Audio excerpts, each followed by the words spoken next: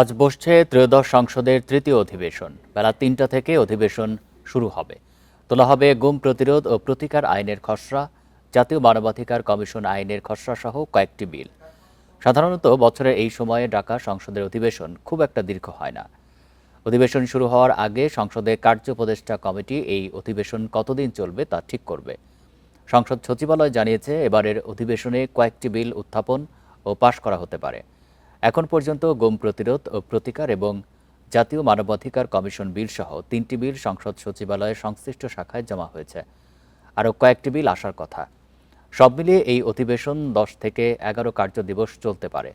মানবাধিকার কমিশন সহ বেশ কয়েকটি আইনের খসড়া নিয়ে ইতোমধ্যে বিরোধী দলের মধ্যে আলোচনা সমালোচনা শুরু হয়েছে।